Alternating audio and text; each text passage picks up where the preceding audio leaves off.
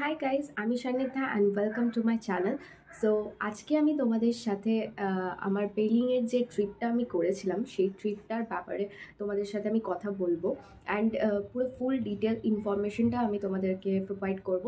And তোমরা অনেকেই আমাকে জানতে চেয়েছিলে আমার কত টাকা খরচা হয়েছে, the best time to visit in Pelling. তো এই জিনিসগুলো তোমরা জানতে চেয়েছিলে, তো সেগুলো আমি সমস্ত কিছু এক এক করে তোমাদের সাথে শেয়ার করছি। তোমরা অবশ্যই লাস্ট অবধি ভিডিওটা দেখো। আই হোপ তোমাদের সকলের খুব হেল্প হয়ে যাবে। অ্যান্ড তোমরা যারা আপকামিং আসতে চাইছো পেলিংয়ে, তো তোমাদের আশা করছি কোনো প্রবলেম হবে না। আমি তোমাদেরকে বলি যে যে কথায় আসছি সেটা হলো best time to visit in Pelling. কোন টাইমটা পেলিংয়ের জন্য বেস্ট হবে ঘোরার? তো পেলিংয়ে তোমরা পুরো যে বর্ষাকালটা, স্পেশালি এপ্রিলের লাস্ট থেকে বা মের ফার্স্ট থেকে একদম তোমরা আগস্ট সেপ্টেম্বর অবধি, এই টাইমিংটা কিন্তু পেলিংয়ের বর্ষাকাল বেসিক্যালি চলে। তো বর্ষাকালটা অ্যাভয়েড করে যে কোনো পাহাড়ি এলাকায় তোমরা যেতে পারো। পাহাড়ি এলাকায় বর্ষাকালটা একটু অ্যাভয়েড করাটাই বেস্ট, কারণ যেহেতু এগুলো অফবিট লোকেশন, তাই রাস্তা খুব একটা বিশাল পাকা রাস্তা থাকে না, তো কাঁচা রাস্তাই থাকে, সেক্ষেত্রে ধস পড়ার একটা সম্ভাবনা থেকে যায়। আর যেহেতু এগুলো এতটাই হাইট হওয়ার কারণে এখানে প্রায়শই কিন্তু রাস্তাঘাটের কাজ চলতে থাকে। তো সেক্ষেত্রে আমার মতে মনে হয় বর্ষাকালটা অ্যাভয়েড করে যে কোনো টাইম যাওয়ার জন্য বেস্ট পেলিং। তোমরা একদম মানে অক্টোবর থেকে একদম তোমরা মার্চ এপ্রিল অবধি তোমরা কিন্তু ইজিলি ঘুরতে পারবে। যেহেতু একটা অফবিট লোকেশন, তাই পেলিংয়ের ডিস্টেন্স কিন্তু অনেকটা। আর রাস্তাঘাটের বিশাল যে একটা ফেসিলিটি রয়েছে সেটা কিন্তু কমিউনিকেশনের দিক থেকে একটু হলেও অফ রুটেড আমার মতে। তো সেক্ষেত্রে আমি এবার যে পয়েন্টটাতে আসি সেটা হলো পেলিং তোমরা কিভাবে যাবে, কারণ এটা অনেকের কোয়ারিজ ছিল যে পেলিং যাওয়া যাবে কি করে, ইভেন কত টাকা খরচা, কি কত দিনের জন্য যাওয়াটা বেস্ট হবে। তো এগুলোর লোকেশন আমি বলছি এক এক করে, তোমরা শুনতে থাকো, আশা করছি তোমাদের হেল্প হবে। লোকেশন থেকে আছো তারা প্রথমেই বাস ট্রেন ধরে এনজিপি স্টেশন অর্থাৎ নিউ জলপাইগুড়ি স্টেশনে নামবে, বা শিলিগুড়ি বাস স্ট্যান্ডে যে city centre, Siliguri city centre, সেখানে তোমরা নামবে। এবং ওখান থেকে যদি তোমরা শেয়ার গাড়িতে যেতে চাও তাহলে তোমরা সোজা জোরথাংয়ের গাড়ি ধরবে। জোরথাংয়ের গাড়ি ধরার পর তোমরা একদম তোমাদেরকে গাড়ি নিয়ে চলে যাবে জোরথাং। ওখান থেকে যে জোরথাংয়ের মেন টাউন, মানে ওই যেখানে নামাবে আর কি জোরথাংয়ের গাড়ি, সেখান থেকেই তোমরা কিন্তু পেলিং যাওয়ার গাড়ি পেয়ে যাবে, শেয়ারে পেয়ে যাবে। আর নয়তো যদি না পাও তাহলে তোমরা গেজিংয়ের গাড়ি কিন্তু পেয়ে যাবে। যদি পেলিংয়ের গাড়ি পেয়ে যাও তাহলে তো ওয়েল অ্যান্ড গুড, একদম তোমাদের হোটেলের লোকেশন দিয়ে দেবে, হোটেলের সামনে নামিয়ে দেবে।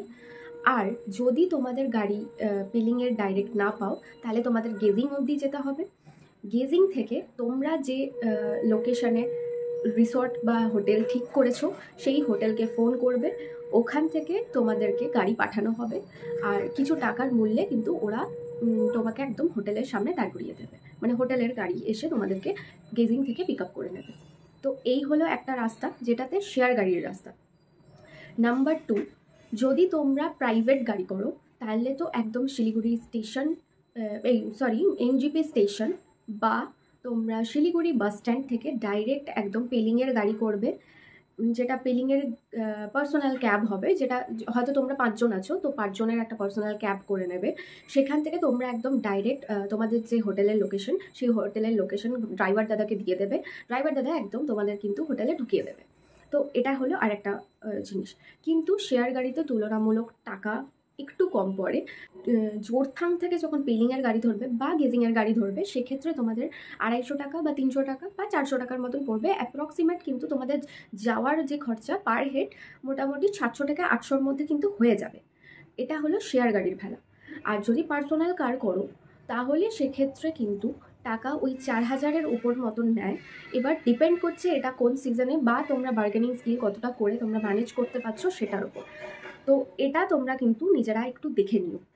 মোটামুটি অ্যাপ্রক্স একটা খরচা আমি তোমাদের বলে দিলাম। প্রাইভেট গাড়িতে কিন্তু শিলিগুড়ি স্টেশন থেকে বা এনজিপি স্টেশন থেকে বা শিলিগুড়ি বাস স্ট্যান্ড থেকে মোটামুটি পার্সোনাল ক্যাব যদি ডাইরেক্ট পেলিংয়ের উদ্দেশ্যে যায় সেক্ষেত্রে কিন্তু 4000 টাকার কাছাকাছি নেয় বা 4500 এরকম মতন নেয়।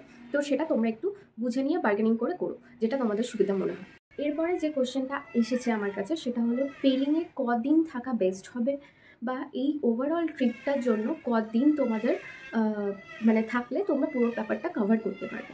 সেটা প্রথমেই বলে রাখি, পেলিংয়ের ট্রিপ দুভাবে হয়।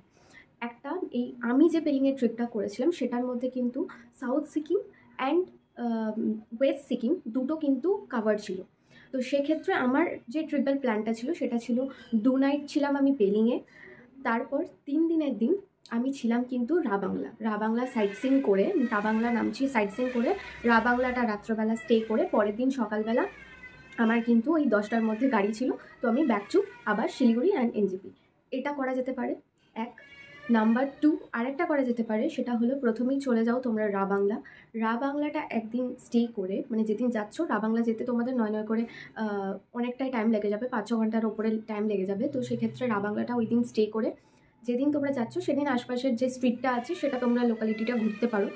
নেক্সট দিন চলে যাও সোজা আশপাশের রাবাংলার যে সাইট সিন আছে সেই সাইট সিন করে একদম তোমরা চলে যাও রাত্রেবেলা পেলিংয়ে তোমরা রাতটা স্টে করে পরের দিন সকালবেলা পেলিংটা তোমরা পুরো সাইট সিনে ঘুরে তারপর পরদিন সকালে মানে নাম্বার 4 দিন তোমরা একদম চলে আসো ব্যাক টু এনজেপি বা শিলিগুড়ি বাস স্ট্যান্ড।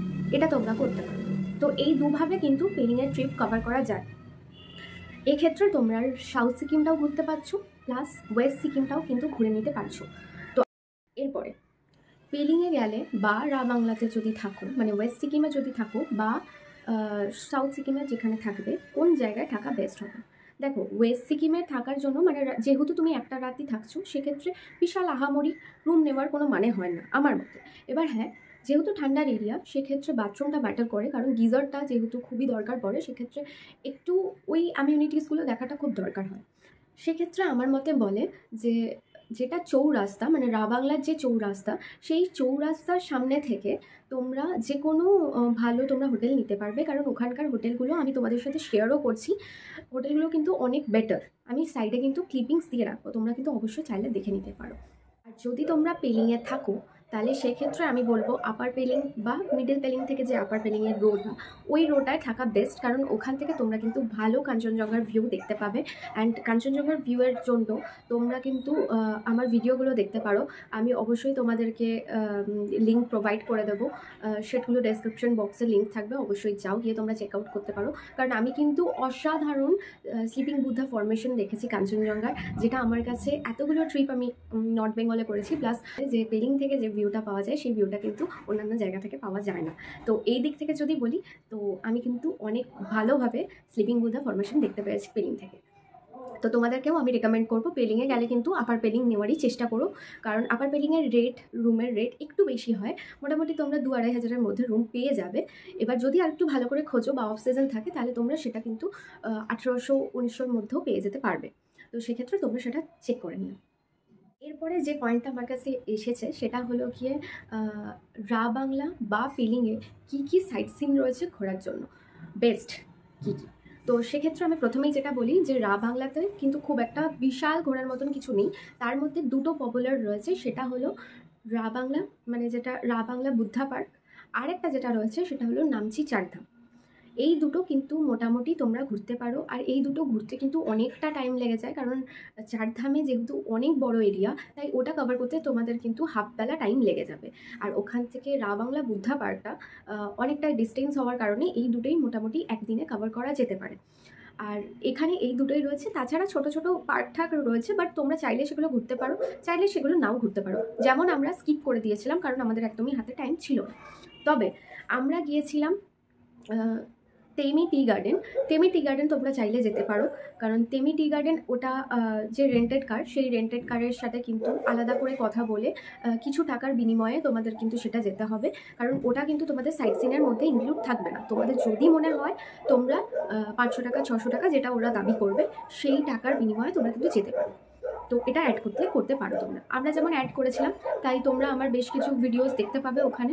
আর আমি অবশ্যই পুরো ওভারঅল যে ডে ওয়াইজ ঘুরেছি সেগুলোর লিঙ্ক আমি নিচে দিয়ে রাখবো, তোমরা অবশ্যই যাও গিয়ে চেক আউট করতে ভুলো না। যে পয়েন্টটায় আসছি সেটা হলো পেলিংয়ে ঘোরার মতন কী কী রয়েছে। দেখো, পেলিংয়ের সাইট সিন কিন্তু ভর কে হ্যাঁ, ঠিক আছে।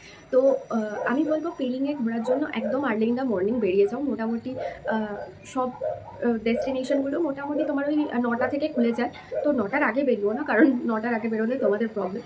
তো আমি বলবো 9টা থেকে বেরো, পুরো ঝেড়ে ঘুরতে পারবে। আর প্রতিটা জায়গাতে খুব কম টাইমই লাগিও, কারণ যেহেতু আমাদের পেলিংয়ে অনেক জায়গা রয়েছে তাই সেক্ষেত্রে সারাদিনের মধ্যে তোমাদের কিন্তু সেটা কভার করতে হবে, আদারওয়াইজ কিন্তু তোমাদের কোনো না কোনোটা স্কিপ করবে, এটা বলে দিলাম।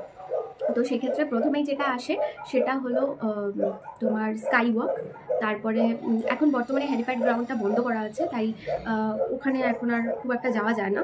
তবে তোমরা স্কাই ওয়াকটা ইজিলি ঘুরতে পারবে। স্কাই ওয়াকে তোমাদের অনেকটাই টাইম কিন্তু লেগে যাবে, তাই সেক্ষেত্রে তোমরা সেইভাবে কিন্তু জায়গাগুলোকে, সময়গুলোকে ম্যানেজ করবে।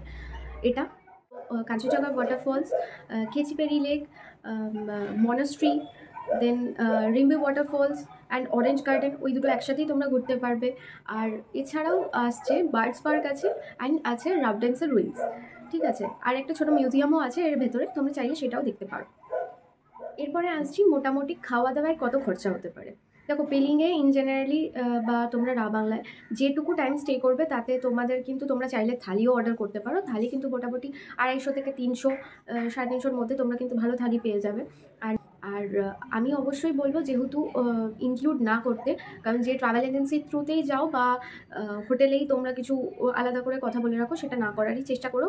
কারণ একবেলা তোমাদের পুরোটাই কিন্তু ঘুরেই কেটে যাচ্ছে, সেক্ষেত্রে বাইরে খেয়েই তোমাদের কিন্তু কেটে যাবে। তাই সেক্ষেত্রে শুধুমাত্র রাত্রের জন্য যে খরচাটা সেটাই তোমরা কিন্তু হোটেল থেকে করার চেষ্টা করবে, সেক্ষেত্রে তোমাদের অনেকটাই সেভিংস হয়ে যাবে। এবার এন্ট্রি ফিগুলোর কথায় আসছি। দেখো, প্রতিটা জায়গাতেই মোটামুটি প্রতিটা যে ট্যুরিস্ট ডেস্টিনেশন আছে, 2-1টা ডেস্টিনেশন বাদ দিয়ে সব ডেস্টিনেশনগুলোর ক্ষেত্রেই কিন্তু আমি বলবো এন্ট্রি ফি কিন্তু আছে। আর এন্ট্রি ফিগুলো মোটামুটি ধরে রাখো তোমার 100 টাকার উপরে নয়, সবকটাই 100 টাকার নিচেই। শুধু স্কাই ওয়াকের ক্ষেত্রে মনে হয় 100 টাকাই নেওয়া হয় পার পার্সন। আর বাদ বাকি যেগুলো রয়েছে, যেমন কাঞ্চনজঙ্ঘা ওয়াটারফলসের 20 রুপিস এরকম নেওয়া হয়। তারপরে তোমার খেচিপেরি লেকের ক্ষেত্রে মনে হয় 20 রুপিস না 30 রুপিস করে নেওয়া হয়। প্লাস শুধু যদি তোমরা রাবডান্সের রুইন্স দেখতে চাও সেক্ষেত্রে কোনো চার্জেস লাগে না। বাট যদি তোমরা বার্ড পার্কে ঢুকতে চাও সেক্ষেত্রে মনে হয় 80 রুপিস পার পার্সন এরকম কিছু একটা নেওয়া হয়। যেহেতু আমাদের হাতে টাইম ছিল না, তাই আমরা আর বার্ডস পার্কটা ঘুরতে পারিনি। আর তারপরে আরও আছে, যেমন তোমার orange garden, Rimbi waterfalls and orange garden, এই দুটো দেখতে হলে তোমাদেরকে কিন্তু মোটামুটি 30 রুপিস করে পার পার্সন দিতে হবে। তো সেক্ষেত্রে সব মিলে যদি বলি তাহলে মোটামুটি ধরে নাও দুজনার ওই 500-550-এর মধ্যে কিন্তু হয়ে যাওয়ার কথা। কিন্তু শুধুমাত্র আমাদের তেমি টি গার্ডেন যেহেতু আমরা এক্সট্রা ঘুরেছিলাম বলে, তেমি টি গার্ডেনের ক্ষেত্রে এন্ট্রি ফি মনে হয় তোমার ওই 20 টাকা বা 30 টাকা করেই লেগেছিলো। আর যেটা নামছি চারধাম, ওখানে মনে হয় 100 টাকা করে নেওয়া হয়। আমার এক্স্যাক্ট ঠিক মনে পড়ছে না, হয় 100 টাকা বা 80 রুপিস পার পার্সন। ঠিক আছে, এরকম কিছু একটা নেওয়া হয়। তো অ্যাপ্রক্স যদি দেখো তাহলে সেক্ষেত্রে আমার মতে মনে হয় 300-400-এর মধ্যে কিন্তু এক একজনের হয়ে যাওয়ার কথা। তো এটা তোমরা একবার দেখে নিও, কারণ অনেক সময় হয় যে আমি যে টাইমে গিয়েছি সেই টাইমে টাকার রেট, এন্ট্রি ফি একরকমের থাকে, বাট অন্য টাইমে এন্ট্রি ফি হয়তো অন্যরকম হয়েও যেতেও পারে। সেটা ম্যাটার করছে পুরোটাই সিজনের ওপর। সেটা আমি একটু দেখে নিও তোমরা, সেটা বেটার হয়। তো মোটামুটি তোমাদের একটা আন্দাজ আমি দিয়ে দিলাম। আশা করছি এরপর তোমাদের আর কারোর প্রবলেম হওয়ার কথা নয়, যদিও তোমরা ভিডিওটা আমার লাস্ট অবধি দেখে থাকো। অ্যান্ড আমি এটাই বলতে পারি, মোটামুটি একটা টেন্টেটিভ আইডিয়া তোমরা পেয়ে যাবে। আর অবশ্যই এটা ছিল আমাদের বাজেট প্ল্যান। আর এইভাবে যদি তোমরা প্ল্যান করতে পারো তাহলে তোমরা কিন্তু অনেকটা বাজেটের মধ্যে তোমরা কিন্তু ওই পেলিং ট্রিপটা 3 নাইট 4 দিনের, অর্থাৎ 3 নাইট 4 ডেজের এই পেলিং ট্রিপটা তোমরা পেলিং প্লাস রা বাংলা এই দুটো কিন্তু কভার করতে পারবে। অর্থাৎ West Sikkim and south Sikkim এই দুটো কিন্তু তোমরা ইজিলি কভার করে নিতে পারবে। তো আমার মনে হয় এরপরে আর কারোর কিছু প্রবলেম থাকবে না। যদি ইন দ্যাট কেস কোনো প্রবলেম হয় অবশ্যই নিচে কমেন্ট বক্সে আমাকে কমেন্ট করে জানাও। আই হোপ তোমাদের আমি আরও এক্সট্রা কিছু প্রোভাইড করে দিতে পারবো। অ্যান্ড চলো আজকের মতন আপাতত এই অবধি। আর অবশ্যই যদি তোমাদের ভিডিওটা হেল্পফুল হয় নিচে কমেন্ট বক্সে আমাকে কিন্তু অবশ্যই একটা লিখে জানিও। আর চলো দেখাচ্ছে নেক্সট ব্লগে, অ্যান্ড টাটা।